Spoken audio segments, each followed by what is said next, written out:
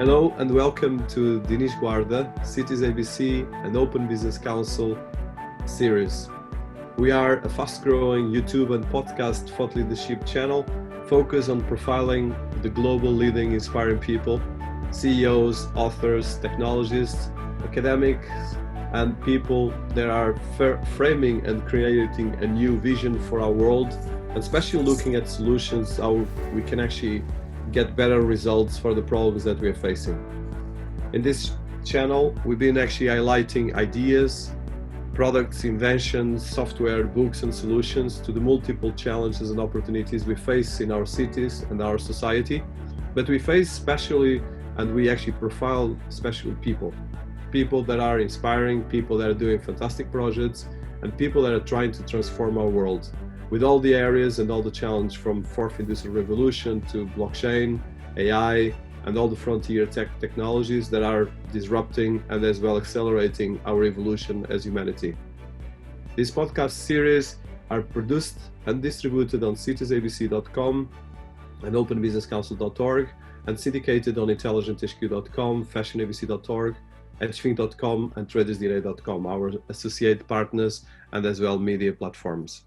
Today I have with us quite a polymath and an expert in a lot of different areas. So I welcome Sleem Hasan. Welcome to our series, Sleem. Thank you. Good afternoon to you. So Sleem is a particular out-of-the-box personality because he bridges a huge amount of different areas that are quite complex to put in the same box. So he's a person out of the box, let's put it that way. But what I like is that he has solid academic background, a fantastic geographic as well, global background from Fiji to Pakistan, Nigeria, UK, Japan, and Dubai right now. And as well, has been working in having studied in Oxford and Cambridge.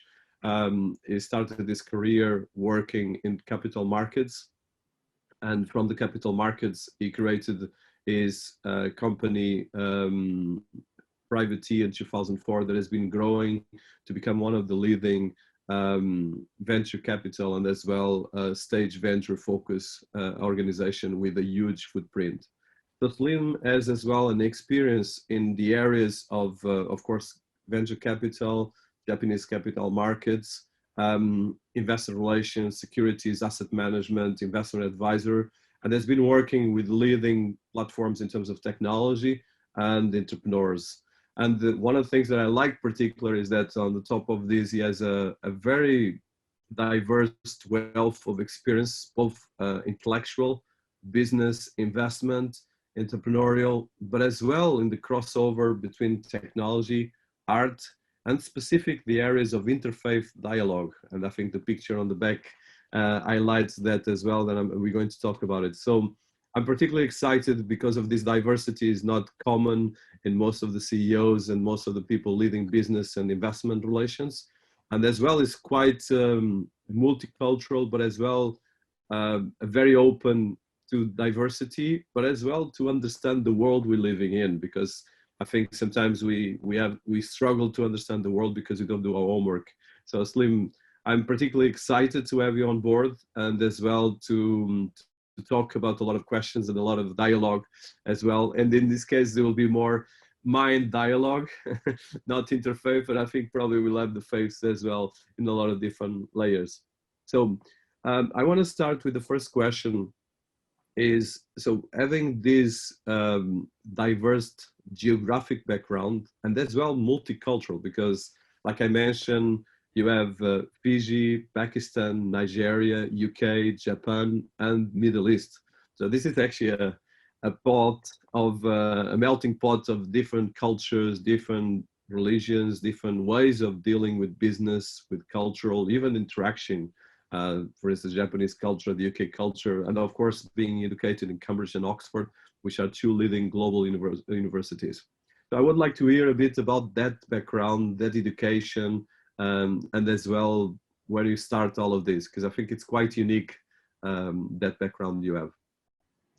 Thank you, Dinis. Well, first and foremost, thank you very much for inviting me onto your show. My background, well, I usually summarize it using six flags, because that really gives people an instant connection with the various geographies. So the first flag is that of Fiji Islands, and that's where I was born. My late grandfather went out to Fiji Islands in the 30s to set up a law firm there. My late father joined him when he finished. My brother and I were born there. So, you know, that's why Fiji Islands features in my life. I was born in Suva. And at the age of 2, my late father moved to Nigeria. So the early part of, you know, these flags, the second flag being Nigeria, it's part of your journey in life. You know, I didn't make a choice in that. You go where your parents take you. And they originally come from Pakistan, which is the third flag. So my formative years were spent growing up in West African Nigeria. Nigeria was a English colonial country. They gained their independence in 1960 and became a federation in 63. And I spent a lot of time in the northern part of Nigeria, first in Kano, then Kaduna, then Sokoto in the northwestern part, 200 miles south of the Sahara Desert. So I effectively spent my childhood growing up in a desert. And this is important because it connects with something that happens in the sixth flag later on. From there, I went to the UK from Nigeria to read mathematics at Oxford as an undergraduate.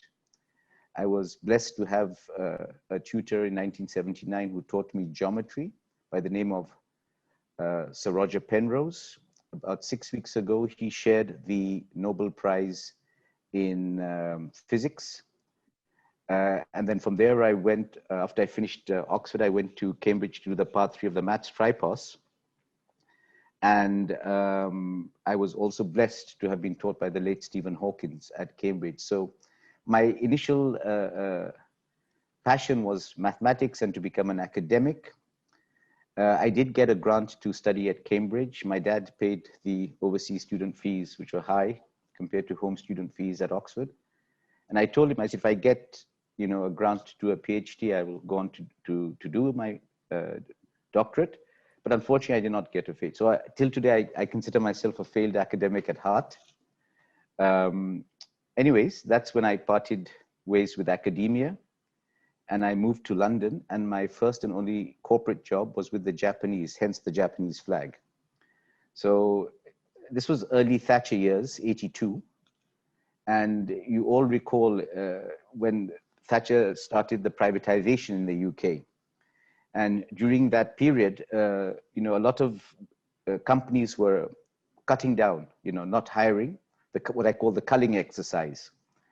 So it took a long time. It took about 11 months for me to actually land this job. And I remember going through a string of rejections, applying to places and, you know, but I guess, you know, you have to exercise a certain amount of grit and tenacity. And I guess when I look back today, these are some of the hallmarks of an entrepreneur. I mean, you just don't give up. If you're determined to do something, you just get on and do it till such a time when the event happens. And then you look back and said, yes, it took 16 years to make an overnight success. That's the story of just about every single successful entrepreneur that I have heard of, read about. And those traits are common, I think, across all entrepreneurs. Yeah, so I was with Nikko Europe PLC for 11 years. It sent me to Tokyo to train in 84. And I was the youngest director appointed there at the age of 26. I then ran the equity and equity derivatives operations for them for 7 of the 11 years that I was there. And at some point I hit a glass ceiling because I'm not Japanese, you know. So I went to the chairman at the time and I asked him for early release. And that's when I really planted the first seed of entrepreneurship for myself. I went out to set up my own business. In fact, my first startup was not Privity, it was Hasan Financial Corporation, which I founded in 1996. And this was an independent buy and sell side advisory firm focusing on the Japanese markets.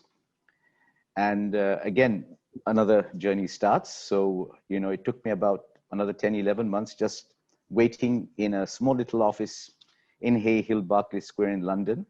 And I had to take that office because that was a regulatory requirement. Before you get the license, you've got to show the regulators that you have an office space, but you could not start your business till you get the license. So I remember paying rent for 11 months till one good fine day. We got a letter from the SFA at the time saying they've granted us a license, and the rest was history. So that's really when my first entrepreneurial journey starts. So I'll take a little pause there in case you have any comments or you'd like to ask anything further. Oh, I have a couple of comments, and it's really impressive. So I want to come back to your education. So studying at well, some of the biggest minds of the 20th century, and as well in two leading universities. And of course, you say that you're failed academic, but in the end of the day, you're not failed at any means. You simply choose. I think it's about the choice we made. But I would like to, because I am very focused on education, and for me, education is key, and especially the people that make and inspiring as the mentors and so forth. So having studied under Stephen Hawkins and as well Roger Penrose, so and as well the background in math, which is a very important thing for the foundations of finance, but as well for everything related with AI, machine learning, and everything that we're living in our world. I want to touch a bit that. So can you tell us a bit about that background? You mean the marriage of technology with education? Exactly. Yeah. And as well, working with these personalities or studying under these personalities, because this normally changes your life as well. Well, let's put things into context, because at the time when I was at university, I mean, the technological revolution as we understand or know it today was non-existent. You know, I belong to a generation of the log table and the slide rule. We didn't even have mobile phones when I was at university, right? So I'm a little bit before. Today, obviously, that game has changed. I mean, so to try to look back and imagine what it would have been like is probably quite a challenge for me, because they did not exist at the time. I mean, if I had to make an appointment with a tutor, you make an appointment and you either had to go to the porter's lodge to make sure if there was any change to be done, because you could not communicate easily the way you can do it today. Today, communication is almost real time or near real time, you know, the way things have changed. So trying to answer that question is a little bit of a challenge for me. But if you want my thoughts of where I see education today and then comparing where, yes, that I can do it, and having had the good fortune of having embarked on this 16-year journey in technology. In fact, I conducted a few interviews, believe it or not, to students in Dubai in November here. I was asked, because I'm an alumni of Oxbridge here. So I give back, you know, my time, and, you know, they came up to me and said, you know, many students are applying for Oxbridge today. And could you spend time, you know, interviewing 2 or 3? I said, how many are actually interviewing? And they said, maybe 10, 15. I said, I'll do the whole lot. So I did the whole lot. 20 or 30 minutes per child. I interviewed every single one and shared my experience, what it's like to interview for an Oxbridge. And in fact, some of the questions that I was asked, I actually, you know, asked them the same questions, and of course, you know, tested them on certain mathematical things and et cetera, et cetera.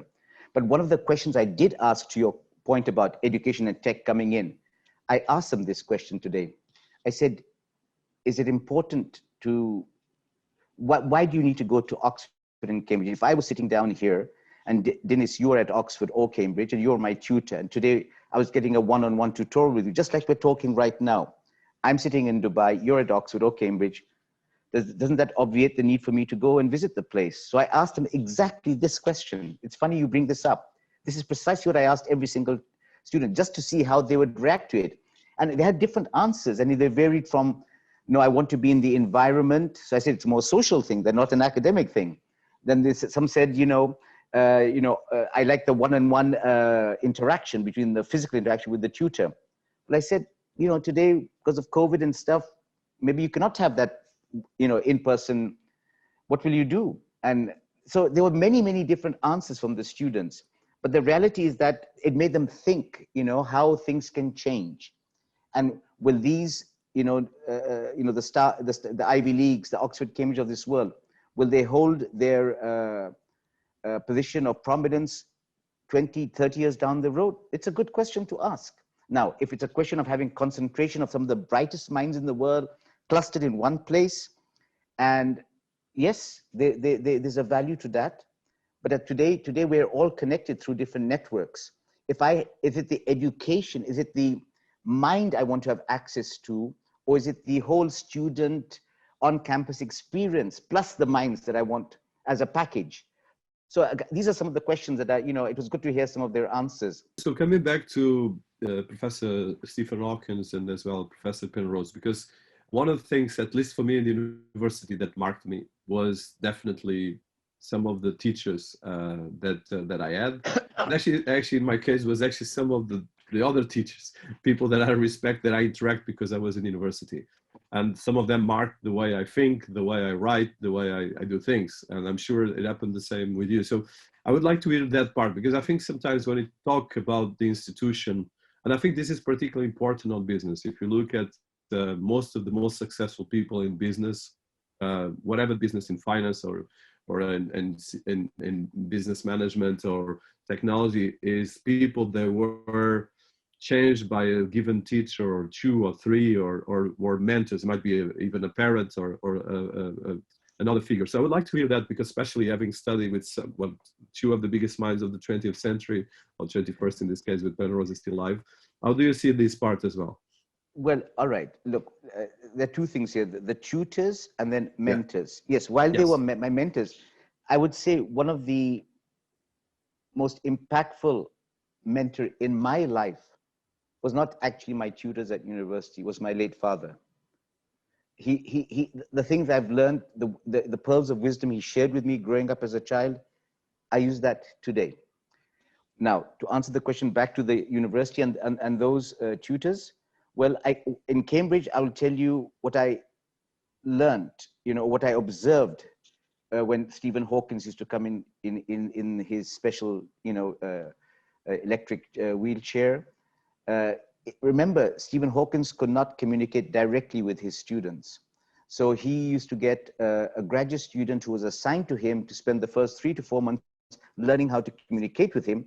And it's that graduate student who would bring Stephen Hawkins into our lecture room at the DAMP, which is the Department of Applied Mathematics and Theoretical Physics at Cambridge. And he would be writing with chalk on the blackboard because he knew how to communicate with Stephen Hawkins. And if there was any question from us, we would have to ask the graduate student who would, so it was almost like a modem connecting Stephen Hawkins to us. Okay, so that was one observation there. Now coming back to Oxford, it wasn't Roger Penrose, but there was another tutor professor of mine called Dr. MacLeod, who taught me analysis in my second year. And one of the most impactful things he said to me, which I still quote and I remember till today, is the following. But I remember I was quite shy initially because I'd come from Nigeria to a new place and stuff. And I used to go into his tutorials. And I'm going to quote word for word exactly what he says, because it's left an indelible imprint in my mind, as most mentors do, those who leave an impression on their students. And I remember after remaining on successive tutorials, he called me one day and said, "Hasan, come here." He said, "The next time you come into my tutorial, you attempt to do one of two things. Either you dazzle me with your brilliance or attempt to baffle me with your bullshit. But say something, don't stay quiet." And I'll never forget that. I'll never forget that. Those are exactly his words to me. That's so wonderful. it means get engaged, say something, interact with people. So before we go to your business acumens and as well the different areas you've been doing, so I want to come back to your cultural background. So I could just mention Nigeria, well, right now is becoming one of the leading global economies, but when you studied was probably still under the colonial influence and a lot of different things, and as well Pakistan and Fiji. So all these things mark a person. And of course, Japan, which is a massive as well culture on its own, well, it's thousands of years culture, but with a lot of challenges as well and very close. So this all creates a huge perception, first of the world, and second, how to deal with business and special financial transactions, because let's put it that way. If you do business or finance in Nigeria, it's completely different from doing it in London or even do it in Japan, which is a completely different world as well. And of course, Pakistan. So I would like to touch a bit that, because of course, I think probably that brought you as well to interfaith dialogue and all these different areas. That is who you are as well today. But I think from my experience, this is what makes the most powerful business people, because you have a capacity to flow through different cultures and adapt, and as well have an intelligence to look at it. And it's more important than ever in our world. It was always important in history. So remember, I grew up in Nigeria. So my formative years from the age of 2 to 18 was in Nigeria. So I was not working, nor was I in business. I was at school. But more importantly, my late father put my brother and I into a boarding school at Nigeria. So from the age of 8, I was in a boarding school. And then that was my primary school. And then from the age of 11 at secondary school, where I did my O levels and A levels, the English system, right? The secondary school I went to, my brother and I were the only 2 non-Nigerians in boarding school. And this is very, very important. Why? Because they were non-Nigerians who attended school, but they were all day scholars. When I look back today, going through a Nigerian, boarding school, secondary school education in Nigeria, back then, I don't know, I cannot speak for it today, but certainly back then, to me, this was perhaps almost the first seeds of entrepreneurship that were being sown without even me realizing it. Why? You learn how to sink or swim. You learn how to interact with people. You're doing things that you could not imagine doing under the most stringent of all conditions. And I'm talking very, very primitive conditions, which today, if I talked about them, people will not be able to relate with. Yet that's the path I went through from a very young age. Today, you throw any curveball at me, short from a bullet to my head, I can survive it. I can survive it because of that education that I went through in Nigeria in the boarding school. And that is something that I think viewers or listeners to your show should understand. I mean, the power it gives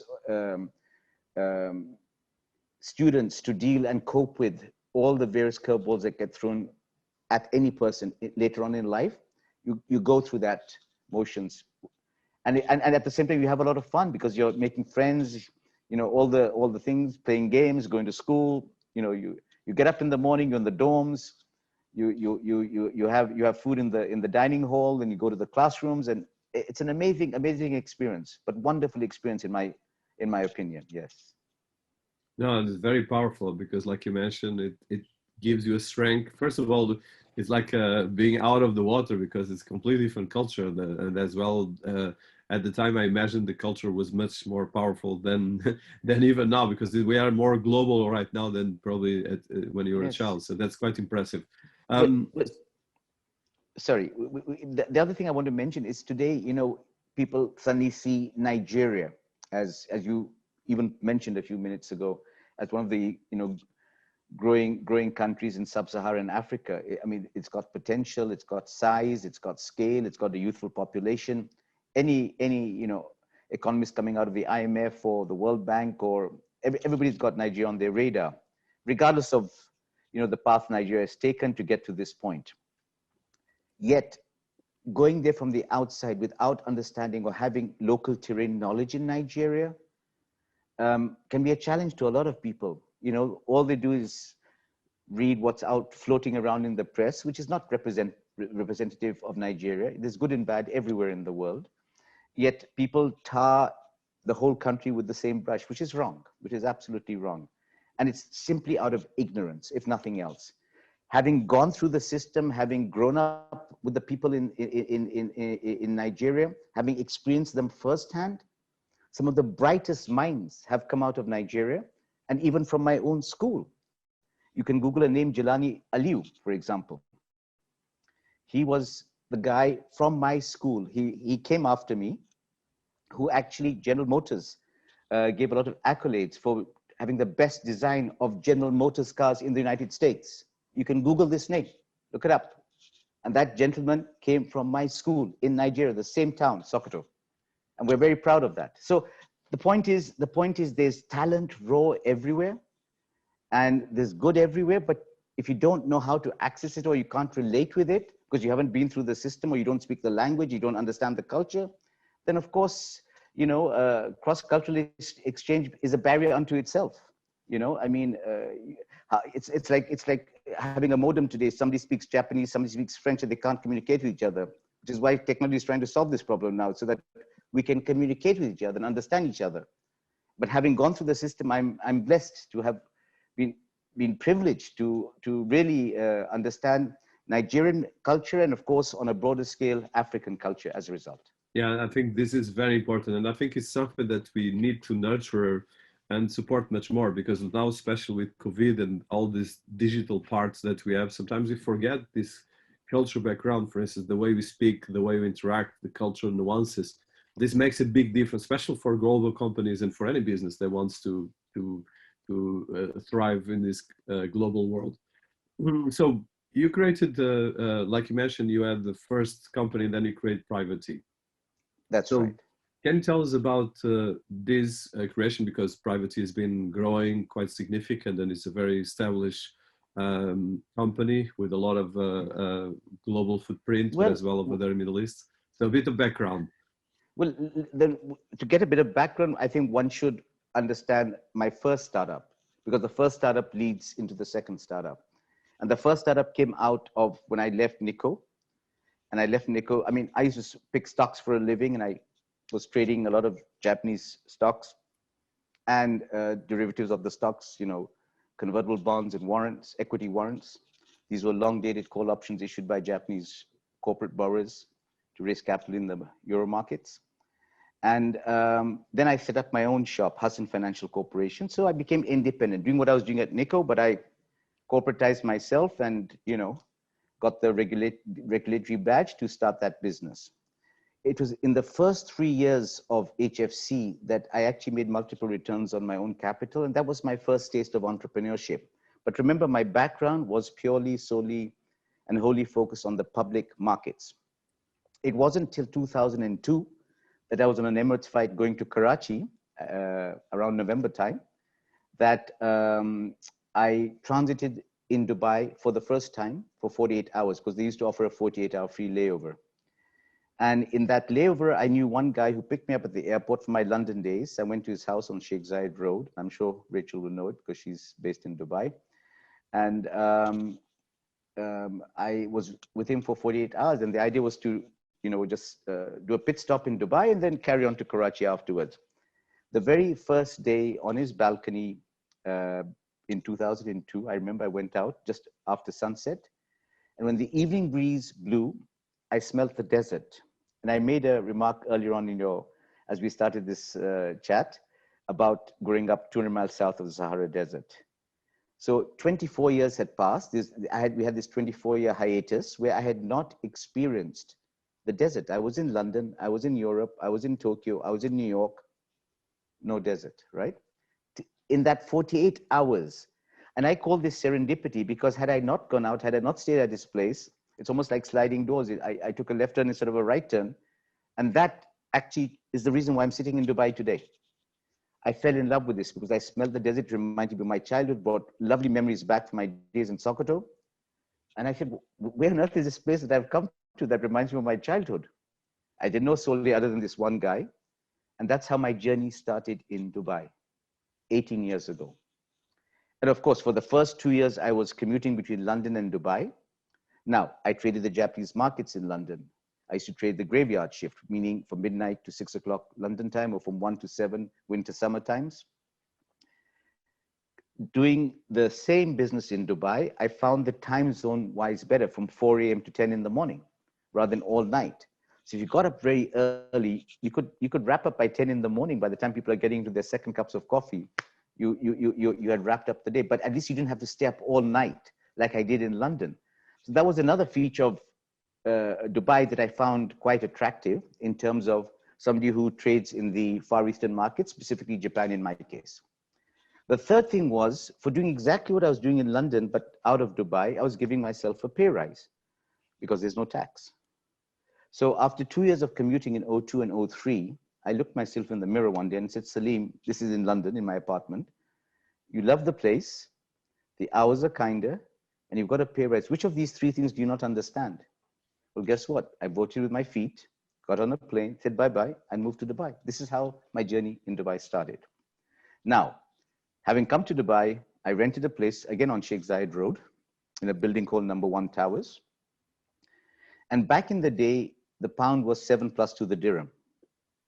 So relative to London, you know, certain things looked very cheap, quote unquote. Obviously, a lot of things have normalized today in more ways than one. But I'm telling you the initial reaction, you know, for example, I used to fill my petrol in the car in London. The same car, you know, like for like would cost 80 to 100 pounds in London. I couldn't even spend 10 pounds back then to fill the car up in Dubai, for example, okay? And so these kind of things were, you know, my first experiences of Dubai having moved here. But the very next morning when I get up to trade Japan, I remember I had no other business here. I just fell in love with the place and moved here, as simple as that. So I trade Japan, and then of course the market closes at 10 o'clock in the morning, and then I'm looking myself in the mirror. I'm like, what on earth have you done, Sleem? You're an idiot. You know, you've got up, you don't know soul here. You moved to a country you don't know, but just because your heart's fallen in love with it, this is not a good enough reason. So that's when the second seed of entrepreneurship got sown. And I'm really walking you through the genesis of how Privity came about. And this is important because it was not planned. I didn't have a plan for Privity. It evolved through circumstances. So I looked around, and when I looked around Dubai, back then, Dubai was in build mode. I call it Dubai 1.0. And what do I mean by that? There were, it was real estate and construction. It was one big, you know, cranes and construction going on everywhere. And of course, I don't come from a construction or real estate background, so I did not relate or connect with it as much. So I was really trying to figure out, you know, what am I going to do after 10 o'clock in the morning after the Tokyo market closes? I mean, yes, I want to start, should I open up a branch of that business here in Dubai and duplicate the costs? Doesn't make sense. Or maybe this is an opportunity for me to diversify away from the public markets in Japan, because I was a one-trick pony up till then, just focusing on one market for so long, and see if there's a way I can get involved with something else. So I looked around, and I then said to myself, you know, I call it the sandstorm effect. I said, there's one way to really get to know a place, or to get hit by a sandstorm. And having grown up in the desert, I know what sandstorms are all about. And there's only one way, Dinis, and that is to stand inside it. There's no other way to get hit by a sandstorm. And that's what I did. So I got on a plane, went to Saudi, went to Qatar, went to Kuwait, went to Oman, up and down the place to get a recce of this region. And my conclusion back then was, all these countries are at various degrees of in build mode, some a bit more advanced, some a bit less, but they're all in that real estate construction phase. Obviously, there's the government businesses involved in oil and gas in different of the nations, but as in terms of development and stuff, they're all going through that cycle. Of course, when you're starting a new business, you don't have a track record, you're not connected, where do you start? Just like my first business, I, you know, invested in myself. Well, that's what I decided to do. So I came up with this idea of Privity, and it's actually a legal term. And because I come from a family of lawyers, I've always been exposed to legal jargon from a very, very young age. It's from privity of contract. And I liked the name. It sounded nice. And so I came up with that. But I had no clue what Privity should do. And that's when I went back to the drawing board again. Now, a lot of entrepreneurs, the really clever ones, know exactly what they want to do. They have a vision. They want to go and focus and execute it. So I said to myself, I said, look, there's no point trying to be a multinational when you're just one guy with an idea. I mean, nobody's going to take you seriously.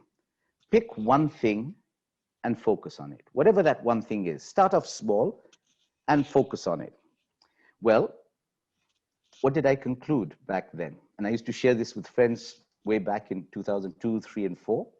And that's what I decided to do. I said, I'm going to pick one thing. It starts with a T and it's called technology. And I'm going to focus on technology. Why? And now I even quoted in my presentations. I say technology is the only discipline I've identified that has the ability to alter our ways of life, whether we choose to embrace it or not. Semicolon, even religion cannot do that. Pay attention. What do I mean by that? Everything in life, Dinis, we have the luxury of choice. Sadly, technology does not give you the luxury of choice. And when I realized the power and potency of this hydra-headed monster coming at me, I said, I don't have the strength to stand in front of it. I'm going to step aside, go around, jump on this train, and go with it. That's the only way to avoid it, because I can't take this monster on head on. And honestly, when I look back, it's probably the best thing I ever did. And that ties up with something that happened many, many years ago in 1977, when I was talking to my late mom and dad. And when I told them I want to go and study mathematics at university, the immediate reaction of my late mom was, no, well, what are you going to do? You get a profession, become an engineer or do something. But my late father said something wonderful. And this is what I love. And I even shared with entrepreneurs today. He said, let him follow his heart. He has a passion for maths, let him do it. When I look back, Privity 2004, and what my father told me about mathematics and where tech is going, and what is the language of tech? You tell me.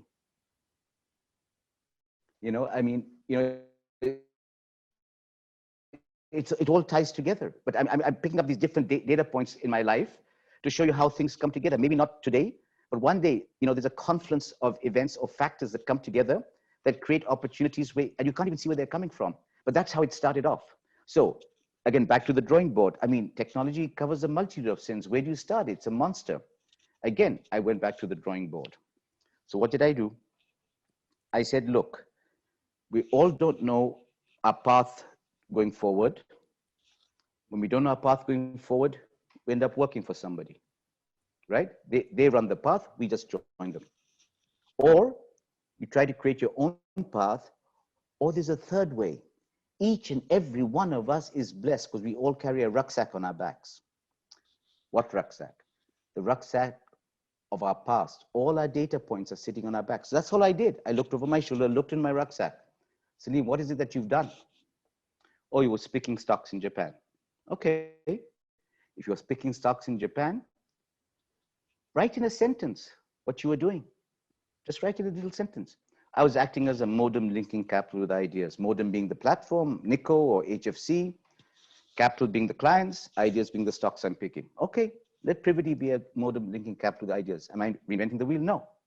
I'm just taking what I've done in the past, taking it out of univariate space, putting it into multivariate space, corporatizing it, calling it Privity, and giving it a name. So I'm giving it structure, right? But what capital and what ideas? That was the next question. So again, I went back to the drawing board, Dinis. And what did I do? Again, this is where, the STEM, science, technology, engineering, mathematics, the way our minds work. Again, others can do it with all respect, but STEM, and this is why I advocate everybody should do STEM, everybody in this world, because this is where the world is going tomorrow. So if I did it so many years ago and it's benefiting me today, well, I can share that information, it is the language of everything that moves, the laws of the nature, the laws of the universe. There's mathematics behind it, right? Anyways, so what did I do? I said to myself, all right, I was picking stocks in Japan. Okay, so what is this? It's a share in a company. I'm trying to capture alpha, 5 to 10% alpha. Otherwise, you buy a tracker, an ETF, and go to sleep, right? You don't have to pick a stock. You only pick a stock because you think you're going to outperform the market on the way up or the way down. So, and remember that the year is 2004. I'm right in the middle of a Japanese bear market, okay? I didn't make money at HFC in a bull market. I made money in a bear market, all right? So it's not that you cannot make money in a bear market. The bull market finished in 89 when I was still at Nikko. I've lived a bear market all my life. Zero interest rate policies came out of Japan. The movie we're watching today in most parts of the Western world, I've watched that movie a long time ago, all right? So I'm thinking to myself, all right, these stocks represent shares in companies. If I was to draw a Venn diagram, almost like the screens we're looking at today, you're on the left side, I'm the right side, and there's a line in the middle. If this was a Venn diagram, and I was to take all the companies in the world and put them inside these two boxes, how many slices and dices of these boxes do I have to do to accommodate every single company in the world? And my answer was 1. I draw a line in the middle. You're on the left side, and I'm on the right side. And every company in the world will fit in one of those two boxes. By that, I mean, it's either private or it's public. Yeah? And that line in the middle that's dividing our screens is called an IPO, Dinis. When I cross from the left to the right, I take a company public, and vice versa, you can take it private. But remember, my experience had been up to now, both at Nikko and at HFC, in the right-hand side, the public domain, because I was trading on the public markets. I didn't know anything about the private world. I'm walking you through the process, what I call ratiocination, of how I arrived into the private world. Because that's not my background. But just, I'm just step by step going through it. And anyways, I asked myself two questions. Question one, what do I call this data point, the stock I'm picking on the public side? Let's reverse engineer. Let's go backwards. Mathematicians, engineers, always reverse engineer. So I did the same thing. What do I call this company a day before it goes public? Late stage private, pre-IPO, for want of a better phrase.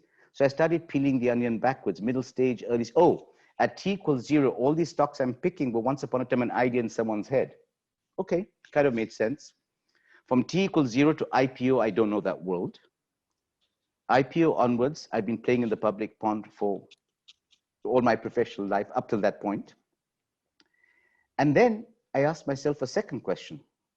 For this 5 to 7% or 10% alpha I'm trying to capture in the public domain, what value got unleashed, unlocked by that same data point there from T equals 0 to IPO? So I started digging for data, Dinis. 5x, 10x, 100x, 1000x. When I saw those numbers, immediately a light bulb exploded in my head. I said to myself, this is the reason and purpose for Privity's existence. I want to find and go as close to T equals 0 as possible and find these puppies for myself. Go and hunt for entrepreneurs.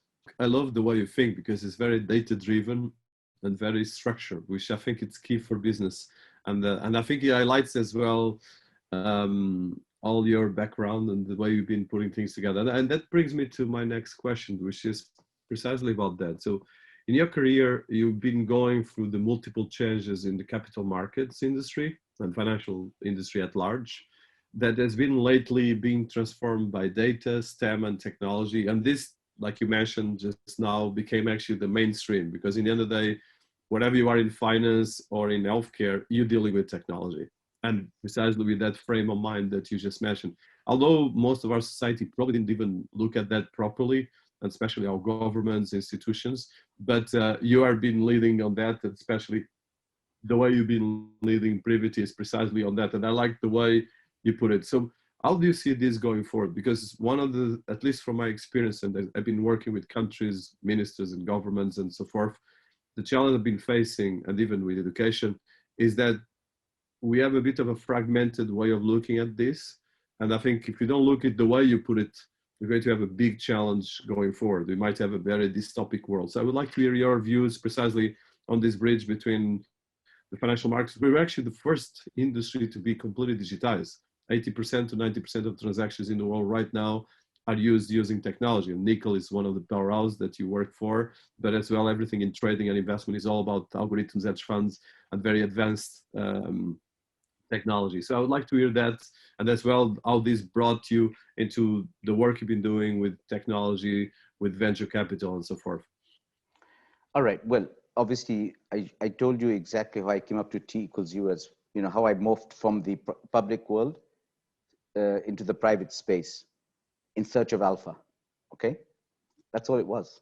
When you're searching for alpha, you need to find a logical way of getting to that point. Now, obviously, picking a stock and picking an entrepreneur are two different skill sets. There's something in common, there's a lot to learn. For the last 16 years, I've been studying that world, learning that world. But who from? Not from VCs, but from entrepreneurs, all right? Yes, VCs have a certain structure, a certain process, that's fine. I'm doing it in a different way. It's a combination of lots of different things. A lot of it is based on data, as you said, driven. My background is mathematical. That's the lens through which I look at everything. At the same time, I try to go and cut deals with entrepreneurs. I don't have a formal fund. I'm a fundless sponsor at Privity. And what I try to do is find interesting entrepreneurs, partner with them, work with them, roll my sleeves up, go into the trenches with them, and help them build and grow. Because only when you know and appreciate their pain points, you can try to help them. And, you know, as I told somebody once before, I said, you know, what mathematicians and entrepreneurs have a similar mindset, because mathematicians are solving problems and so are entrepreneurs. So our way of thinking must be similar, because that's what we both do for a living. Now, coming back to the ecosystems, let's start with one of the biggest ecosystems for entrepreneurs and VCs in the world, Silicon Valley. How did Silicon Valley evolve? If you go back into the history, there's something called a trihelix structure, where three things came together: the public sector, the private sector, and academia. Okay, 1, 2, 3. They all came together, and over the years, they all learned from each other, communicated, helped each other. The ideas coming out of, you know, the academia, see if you can develop them, commercialize them, maybe work with the public and private sector to develop and grow that. That then morphed into the Pentagon structure, where you had the public, private, academia, entrepreneurs, and VCs, the 5 different, you know, points on the Pentagon. I put it, now we're morphing into the hexagon structure. While all those 5 are important to build a flourishing ecosystem, an entrepreneurial ecosystem, there's one data point that is very, very important, especially in today's day and age. And that's the quality of life and standard of living. Why? If you've got to attract talent and skills of people, and you want to develop a very flourishing ecosystem, well, the chances are, God forbid you're trying to develop in a war-torn area. Well, first you won't do that, but I'm giving a very, you know, extreme example. Nobody would go there, right? And even if people do come there, if they're not comfortable or happy or satisfied, the chances are, because it's not their natural environment, it's taking somebody out of Ukraine and putting them into, you know, the Democratic Republic of Congo. Now, the chances are they may survive a week, 2 weeks, a month, maybe, but the chances they may not, and they will want to go back home. Also, I'm giving a very, you know, random example, and so on and so forth. But these things are important. Here in Dubai, in the UAE specifically, they have made it a point to create an environment. Because remember, this is one of the few countries that I know of, that I've lived in the world, that has inverted demographics. You have 200 nationalities from outside. You've got about 8, 9, 10 million people. I don't know the last census, but say 10 million for ease of showing an example. You probably got at most 1 million locals, Emiratis, and 9 million foreigners. That number could be up and down, but I'm giving a ballpark. When I came, it was about 4 million. Now we've grown over the 16 years, but it's still inverted. And when it's inverted, it means you've got lots of foreigners here. So you've got lots of different nationalities, you know, from Asian, European, African, American, Latin American, you name it, all over the world. And in a way, this is one of the biggest beauties and blessings of this place. I mean, you could be talking to an Indian in the morning, a Filipino in the afternoon, and a Russian in the evening, all on the same day, you know, but it's all available here. But these people will stay here only if they find the environment conducive and comfortable. And that's the 6th point I was talking about to create this flourishing ecosystem. I hope that paints a little picture of, if you want to, you know, develop entrepreneurial ecosystems, these things are important and they all have to play. So the rule of law must be there. Academia must kick in, play its part. Now, in my opinion, 2016 was the year we shifted to Dubai 2.0. Remember I talked about Dubai 1.0, and that was when they invested in labor camps. Labor camps are the building blocks they used to build the infrastructure of this place. The gear shifted, for my opinion, in 16. That was when I first started feeling a tailwind behind Privity. All right, what do I mean by that? In the first 5 years of Privity, it was a write-off, nothing, because I was too early. And it was all still building, scrapers, you know, high rises, roads, hospitals, airports, whatever. But, you know, as an entrepreneur, that was my vision. I made a mistake. I came too early. Oh, it was what was meant to be. I don't think if you embark on an entrepreneurial journey, anything you do is never a mistake. It's either you succeed or you learn. You succeed, you learn. You succeed, you learn. Mistakes don't come in my life. You learn. It's God's way of giving you a second chance. You know, this is how I look at life, you know. And however tough the day might be, however difficult it might be, you learn from it. And you say thank you and you start the next day again. So to me, now we've moved into Dubai 2.0. They're shifting to the knowledge economy. They're moving up the value chain. So if the whole real estate construction journey, you know, it started way before I moved to Dubai, if that spanned a period of 20 years, I put it to you, we're just at the tip of the iceberg when it comes to the knowledge economy. This is 4 years into from my starting off point, and I have a reason why I say 16. Because that's when the Dubai Futures Accelerator started, the Blockchain Council of Dubai, lots of signs came up, you know, different hubs, different ecosystems were being developed, and then across the region. If that was the starting off point, this is not a 4-year journey, in my humble opinion, Dinis. This is going to outlive me. This is a 30 to 50-year play. They're now working on, you know, sending probes to Mars and rockets to Mars and all sorts of things going on here. And then, of course, as you know, the whole Abraham Accord thing happened this year as well. Who knows where this journey and, you know, these participations between different groups will happen. But if you want to focus on the knowledge economy, there's certain things you need to look for. And I see those signs, the green shoots of that happening right now. And there's never a better time in my life to live in a place than living in the UAE than right now. I'm very grateful I made that decision 16 years ago. And I believe the best is yet to come from the way I look at things, yes. That's wonderful, and I love the way you put it, because it's really the sum of the different things. If you look at what makes precisely a successful environment, is all these triple X's that you mentioned working together and working, enhancing each other. So I want to precisely, it's one of the questions I have here is precisely, so during, well, the journey of Privity and as well your journey in Dubai, you saw, like you mentioned, Dubai being an exotic point in the Middle East to become a powerhouse that is right now one of the most visited places in the world, and as well a powerhouse in terms of growth in technology, development, and as well in terms of thought leadership in a lot of different things. Actually, it's probably one of the biggest brands that emerged in the space of 10 years, which is quite amazing because it's competing with even London and other places. So, but as well, you mentioned as well all the ecosystem around the MENA, which is very important because all these countries are really growing. Yeah. Look, so how do you see all of these things? Yeah. And there's right. well a bit of some of the summaries Sure. of you saw. So I want to put things in proportion to viewers. While Privity is a small firm, my vision is very, very big, right? And as I get more and more involved with entrepreneurs, the asset value of Privity could potentially grow. It's paper, but it has the potential. And remember, in any venture type of business, you don't need all of your portfolio to do on one delta. And that's a term from the public market. You just need one.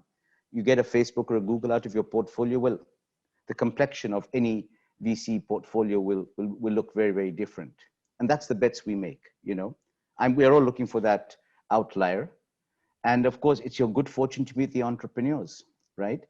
But to come back to your question, you know, Privity's journey. So as I said, the first 5 years was a write-off. And that's why I got involved in a couple of ventures back then that have got nothing to do with tech. And that could be a proper segue getting into the whole thing about art, because I got involved with an oil and gas venture in Nigeria, and I got involved with Ralph Hymans, the artist, you know. And that happened in my first 5 years. So when you look at my website and you see a tech portfolio, you'll see two things that are not tech. And to me, that's my legacy here. That's my journey, because there was no tech here when I started, or at least I didn't come into contact with it. I'm sure there must have been, but it was still very embryonic. The way it's structured and way it's morphing today was not what it was back then when I started off. And that's why, as an entrepreneur, I didn't waste time after the Japanese markets closed. I had known of Ralph from way behind.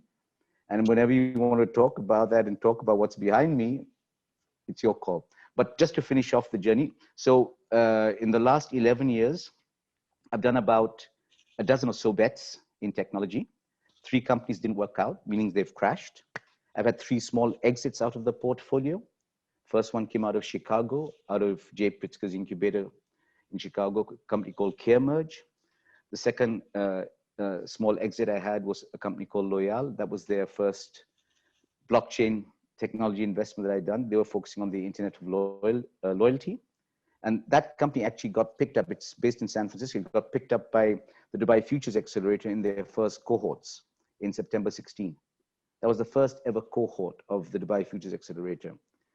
And back then they received 2,274 applications from 73 countries. And the 6 Dubai entities on that platform picked 30 companies from the global pool. So less than 2% of the application pool. Of those 30 companies, 1 came from my humble portfolio. It was called Loyal. And that's part of the journey here today. And the third exit I had was a company called Boloro. And that came out of New York. It's a company focusing on mobile payments and authentication. And yeah, so this year I made a couple of few more additions to the portfolio, one out of Holland, a company in mobility as a service. And then more recently, my first ever MENA GCC UAE startup called Verifax. That's the first one I've ever done in the region in 16 years. And that happened this year, right in the middle of COVID, you know? So yeah, so there's opportunity, you know, and as long as you've got an open mind and you're willing to hear and listen to, you know, everybody, there's a chance you'll meet these people. But if you are narrow-minded and blinkered and you're not open to talking and to people, then the opportunity will not knock on your door. Completely, and that is very very special, and I like the way you put it as well, because it's about the people and the ecosystem we build around this. So correct. This brings us to my next question, and if you still have time, I still want a couple more questions. So please.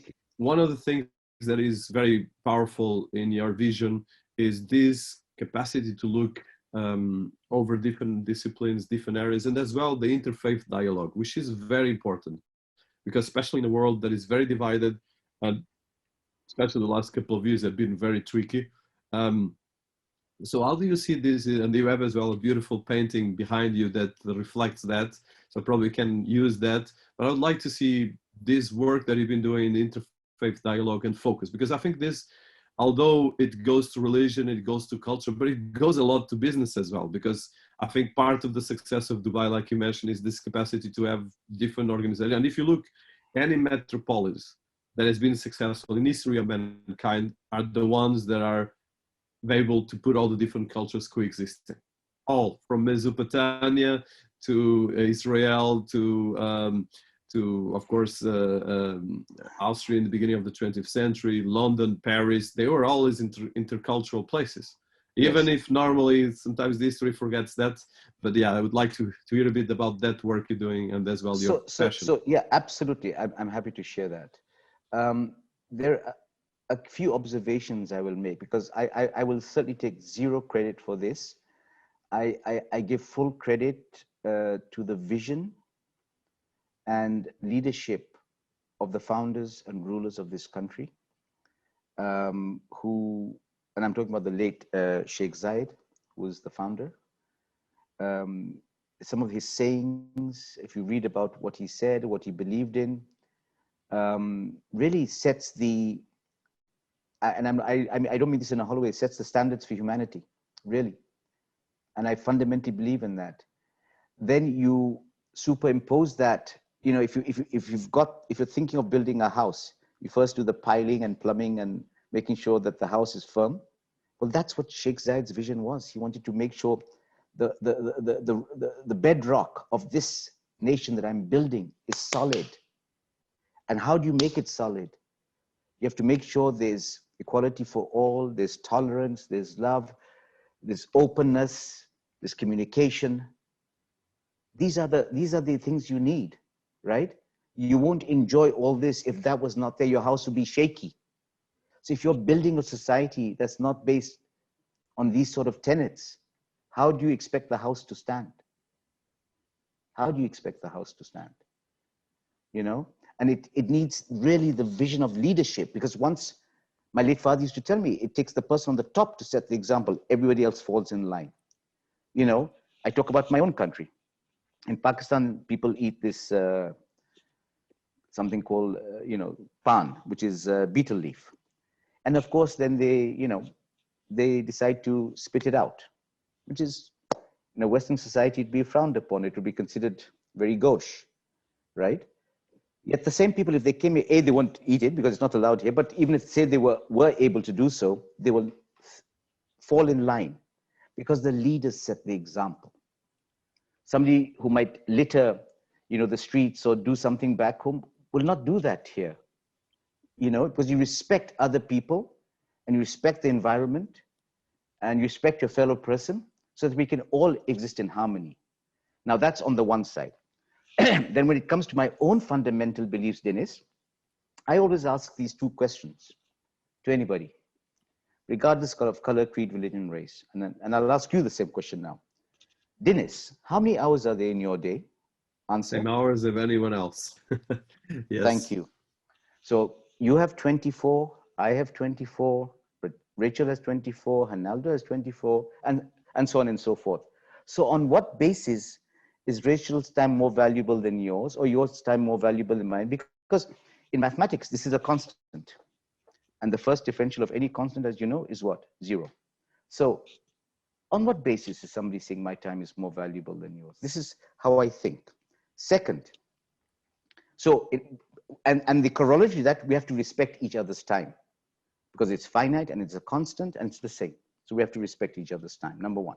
Number two, we take 4 of us on this screen right now, and we ask each of us to take our left wrist up and do a little cut. Now, if the color that came out from any one of us is different from red, I would like to know about it. So this is how I look at humanity. We're all the same. There's no difference, 0 difference in our structure and the number of hours that we have in a day, or the time that's least to us in life. Our time is least to us. We don't have freehold. We have leasehold. And anybody who comes from the real estate world will understand that. Why? Because there's a day we are born and there's a day we die, right? Each of us. One box has been ticked, the other one, God give all of us long life and health. But this is important. And once you realize the importance of having your time, your life, the time in your life being leased to you, it makes you think differently. So I will leave it at that. Because I can get very deep. I can get very deep and philosophical into this, but these are my thoughts. But it's very inspirational, and I like as well the way you synthesize it and summarize it, because it's very important. And I think it is key, because if you don't face this series, you won't get the results as well. So that brings me to the next one. So you've been nurturing a special passion for arts, and you've been actually creating as well an ecosystem around that actually complements as well probably your work on technology and entrepreneurship in a lot of ways, and in technology. Yes. So can you tell us and elaborate how you've been seeing this? Well, look, I mean, both my wife and I, we've been collecting art, independently. And then of course, after we got married, I first started, I think I bought my first piece ever in New York in the middle to late 80s. So a good 30 plus years ago. And again, whilst I'm yes, I'm a collector, but I'm not, I wouldn't call myself an expert by any stretch of the imagination. I have a very simple and fundamental approach to art. And I think I shared some of that with Rachel when she came in the other day. I said, your pocket's got to afford it and your eyes got to like it, because it's hanging on your wall. So if you don't like it, and you can't afford it, well, if you can't afford it, you won't buy it. But if you can afford it and you buy it, you better like it, because it's going to hang on your wall, and you don't want to see something hang on your wall that you don't like, right? It doesn't make sense. So those are my fundamental beliefs in acquiring art. But when it came to this particular gentleman whose painting is behind me, and this painting, it's almost like, when you drive a motorcycle with a sidecar, right? This journey of this artist has almost become like a sidecar in my life. It's not my main line or business, but where it's taking me to and what is happening in the region that I'm in, and the message of this particular painting, how it evolved and how it transpired, you know, I have no words. In fact, I recently actually gave a podcast specifically on this particular journey, this 20-year journey of mine, which I won't go into all details, but you can reference it here. But it was all about an artist, my journey, a papal visit, and the Abraham Accord, all in one. And the journey started 20 years ago when I had the good fortune of meeting Ralph Hymans, Australian born, a Dutch father, Lebanese mother. He was living in Montmartre in Paris. And, you know, I got a call from a friend of mine at Lehman Brothers and said, do you want to meet Ralph Hymans? And, you know, I immediately said, does he trade Japan? And the guy said, no, he's an artist. And by the way, this story, Dinis, is one of the biggest lessons of my life as well. Today, somebody knocks on your door and says, I want to talk to you, Sleem. My door is open. I do not say no to anybody who is kind enough to reach out to me for the first cup of coffee. You know, and that's just my nature, because if I hadn't met Ralph, the story that unfolded over the 20 years is actually one of the most beautiful stories of my life. And it's got nothing to do with tech. It involves, yes, art, and it involves this painting behind me called The Dialogue, whose subject matter is interfaith. As you can see on the left, that's the Dome of the Rock in Jerusalem. And the three gentlemen on the right, they're standing, represent all three of the Abrahamic faiths, Islam, Christianity, and Judaism. And this is early days Dubai. I just started Privity in 2004. And after a year, no tech. I had a team of 7 people. We're all trying to get that business off the ground. And as an entrepreneur, I'm sitting there twiddling with my thumbs, you know, burning cash every month. And then I had an idea. I said, look, I'd met this guy in London and I'd commissioned him actually on the spot. And that's a separate story. And I said, let me reach out to him and see, maybe now he's my friend. I was his, you know, client, and maybe we could become business partners. And we did. And this was the first commission Ralph did in Dubai 15 years ago. Was the client asked him to paint something that depicts the region 15 years ago and focus on interfaith. Now, as it so happened, after the painting was complete, Ralph flew over to Dubai for the first time to hand it over to the client, who had approved it, paid it, everything. I was 1 year old in Dubai. And when we unveiled it in his office, he took one look, and guess what? He flipped. He said, I don't want the painting. Why? Well, there's a guy wearing a kippah, a yarmulke, and that was it. I did not know what to say because I was 1 year old in Dubai. This is a very influential guy.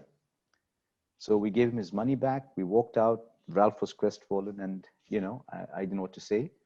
And I actually turned around to Ralph. I was his, you know, his business partner. I wasn't legally or contractually obliged to do anything, but we felt bad. And I turned around and said to Ralph, I'll acquire it. And honestly speaking, you know, I love his work. I loved it when I commissioned him 20 years ago for myself. And that's on my website. And that's how I've had the dialogue for the last 15 years. Now, the story that has unfolded in the last 15 years is nothing short of a miracle, if you ask me. He got his first Royal Commission in 2006, Princess Mary of Denmark. He was chosen as the only artist by Buckingham Palace in 2012 by the Queen for the Diamond Jubilee to paint the Queen. That painting is at the Westminster Abbey in the UK today. Fast forward, you know, 17, you know, there was a whole write-up in one of the magazines here about an interfaith art. Fast forward 18, 19, there was a big announcement that history is going to be made in this country in February 19, when Pope Francis visited here and conducted a mass in Abu Dhabi for about 100,000 Catholics, Christians. And guess what? Every paper, newspaper, articles, and I've collected all this information, talked about the 2 words that the Pope cared about. And Dinis, guess what those 2 words are? One is interfaith, the second is dialogue. And that's when I said, what is going on here? This is a painting, subject matter interfaith. It's called The Dialogue. And anyway, the journey continues. And then, of course, you know what happened on August the 13th when the announcement happened of the Abraham Accord. And on September the 15th, it became a reality. The relationships got normalized at White House, signed by ABZ and Netanyahu and Donald Trump. They were all there, all covered by the press. And for me to look back and say, here's a time where a certain person here in Dubai had certain views about this. And today the leadership have taken a totally open view to normalize these relationships. I've lived both times in Dubai. And yet I stood by Ralph 15 years ago. And that's what's behind me is testimony to what I did 15 years ago. So to me, it's delightful to know that today, 50,000 Israelis have already visited the UAE since the Abraham Accord has been announced. That was in the Jerusalem Post as of this morning or yesterday, and so many things are changing here. Now, whether it's where it will go, how it will happen, how to evolve, time will tell. But I mean, I've lived these moments from that time. So interfaith dialogue to me is paramount between people of the universe, people of this planet. It is paramount. You don't achieve anything by trying to force people to, you have to be open. You can respect each other's views. You can agree to disagree, but with respect, because first of all, we're all equal in the eyes of whatever. Doesn't matter how powerful you are, or big you are, or small you are, you're all equal. These are my fundamental beliefs, Dinis. I give you respect, you give me respect. So I think probably in order to wrap up, and I think I have quite a lot of questions, but I'll try to wrap up right now. We've been passing 1 hour and a half. So we've been in a very particular difficult year. And of course I have, COVID-19 has been a disruptor in many ways. Of course, over there in Dubai, there was the Expo 2020 that's going to be probably right now 2021. There was the Olympic Games in Japan that were delayed as well. So it had been an impact on health, financial and economics, but it's been as well a fast forward accelerator of digital and technological transformation.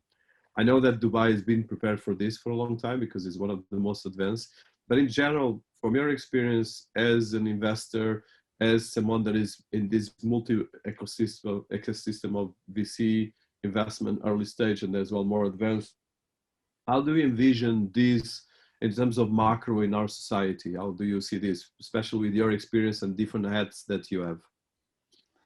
Okay, I mean, I can vouch for that.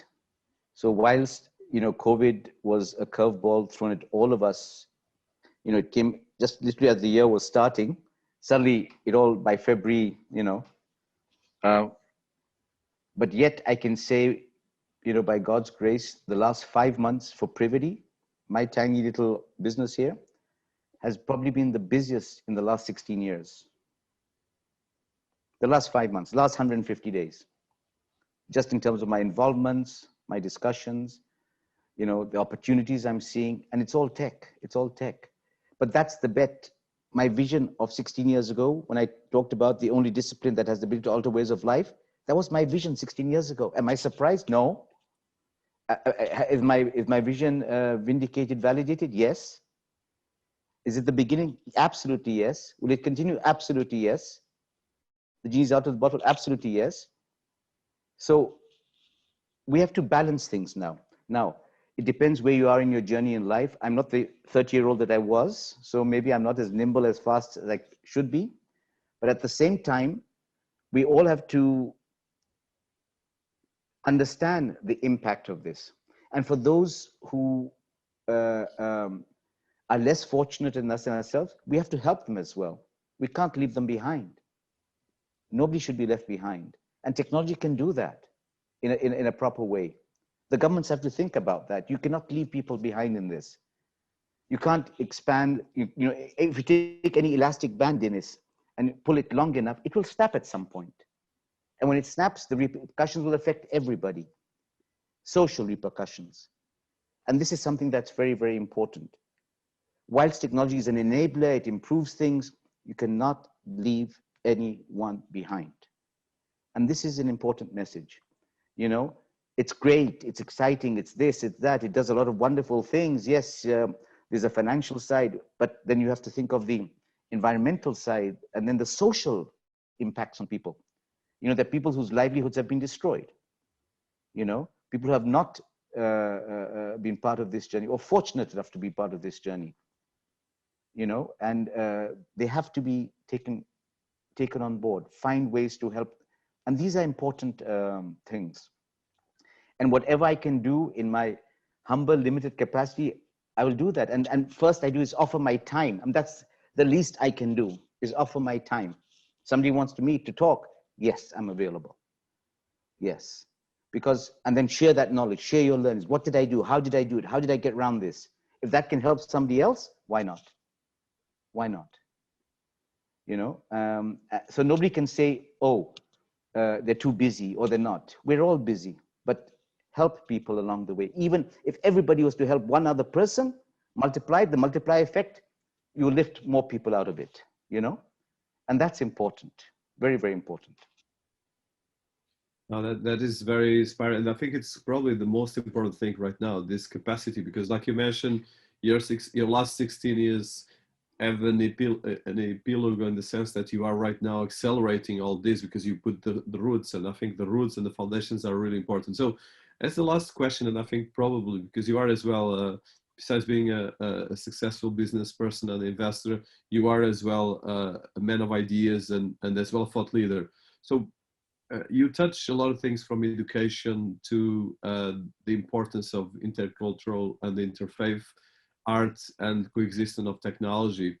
But you touch as well, just in the last answer you made, the importance of the different relationships between society. And I think this is, for me, one of the areas where I see probably more disruption, because definitely if you look at, well, even people like us in technology, we have access to more capacity of changing, of making money than most of society.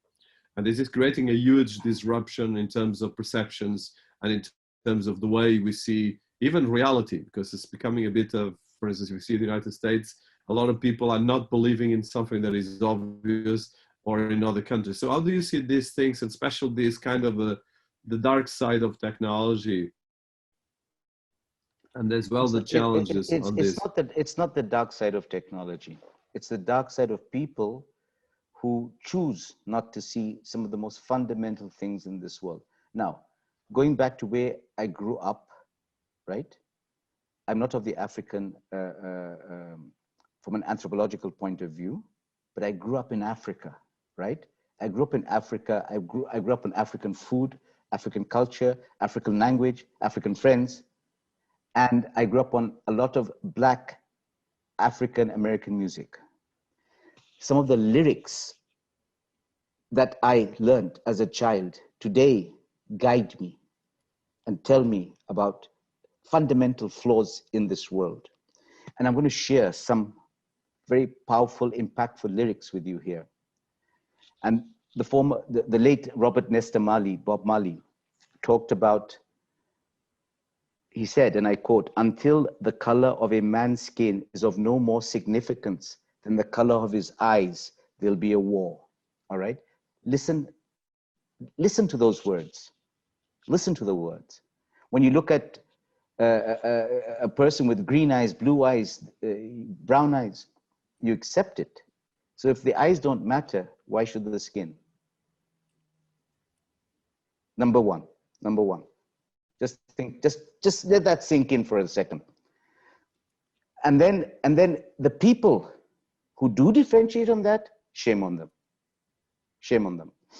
I say that openly, unabashedly. Shame on them. Because that's not the way I see society. And that's one of the other things I like about technology, because it transcends color, creed, religion, race. When I look at technology today, it transcends it.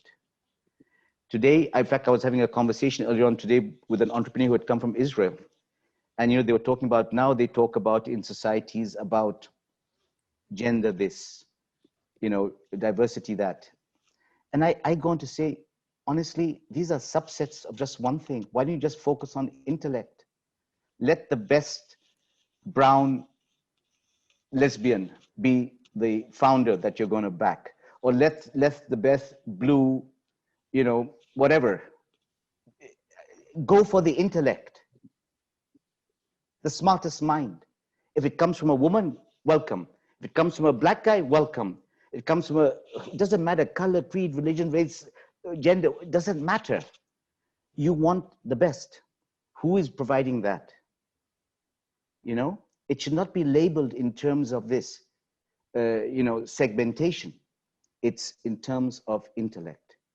And that is what I care about. So whether it comes from a guy, a girl, a donkey, a sheep, a camel, I don't care. If it's solving the problem, great. Welcome. Let's do it. And that's how I think. And I could not say, I could not agree more, let's put it that way. Now, I want to thank you, Sleem. It's been a wonderful and inspiring journey. I think I have still a lot of things, but we'll probably do a second one for sure.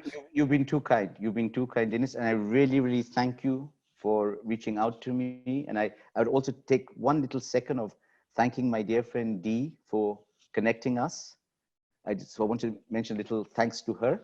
If she gets the chance of hearing this, I hope she'll know that I thought of her as well. She's a lovely, lovely soul, and her husband Mickey, they're dear friends of mine, but they connected us, or she did connect me with you. So I'd like to thank her, a special thanks to her.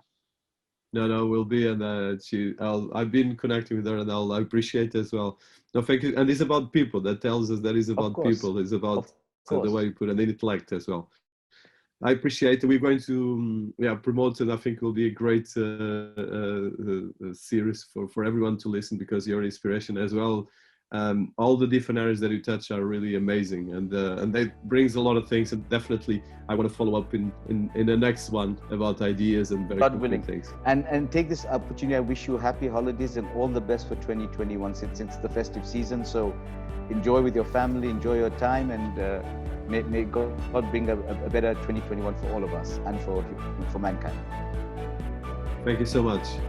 I couldn't agree more. Cheers. Right. Thank you so much. Bye-bye.